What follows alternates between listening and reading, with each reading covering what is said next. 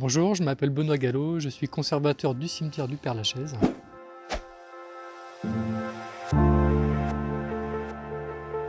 Alors, mon travail consiste à coordonner le travail de 80 agents qui travaillent ici tous les jours pour offrir un accueil de qualité aux familles endeuillées mais aussi aux touristes, à également contrôler toutes les opérations funéraires, il y en a à peu près 10 000 chaque année, et enfin à veiller à l'entretien du cimetière.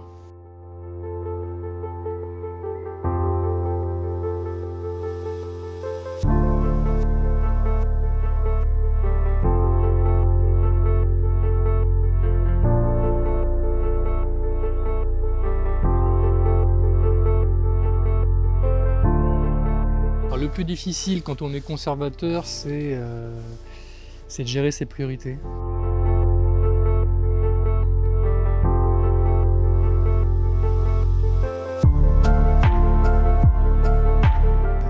Je vis souvent des moments très touchants avec les familles. Il y a toujours un échange, on parle du défunt. J'ai une anecdote assez incroyable que je peux vous raconter d'ailleurs, qui date de la semaine dernière où j'ai reçu une maman qui a perdu son fils handicapé.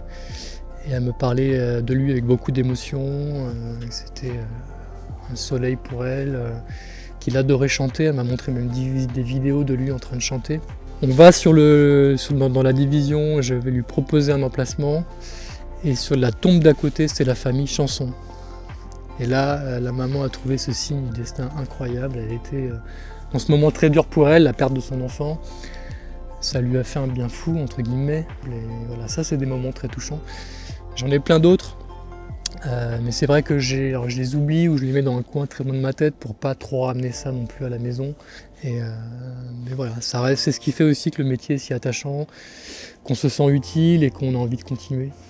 Alors j'habite au cimetière du Père-Lachaise, effectivement j'ai un logement sur place parce que le cimetière est ouvert tous les jours, il se passe toujours quelque chose et donc il faut être disponible et présent sur place. C'est très pratique. Et puis ça a permis quand même pendant le confinement, on avait un jardin de 43 hectares et c'était un privilège par rapport à beaucoup de Parisiens.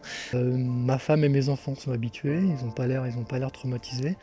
En fait les enfants, je trouve, ont un rapport assez sain à la mort, contrairement aux adultes qui ne vont pas se poser 20 000 questions. Pour eux c'est un métier comme un autre, j'ai envie de dire. Alors ils baignent dedans, mes 3 derniers n'ont pas vécu ailleurs que dans un cimetière, alors forcément ça doit un peu les conditionner. Je préfère aller au parc qu'au Père-Lachaise, je préfère aller faire du toboggan qu'une balade entre les tombes célèbres. Non, ça interpelle les amis ou les parents quand on leur dit qu'il faut venir à l'anniversaire, c'est vraiment dans le cimetière du Père-Lachaise qu'il faut vraiment rentrer dedans. Ça fait toujours un peu bizarre au début.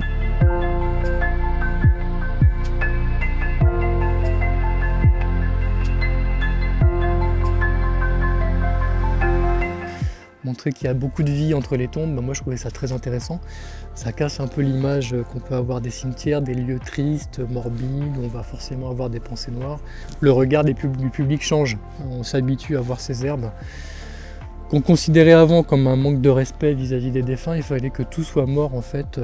Si quelque chose vivait à côté de la tombe, c'était un manque de respect.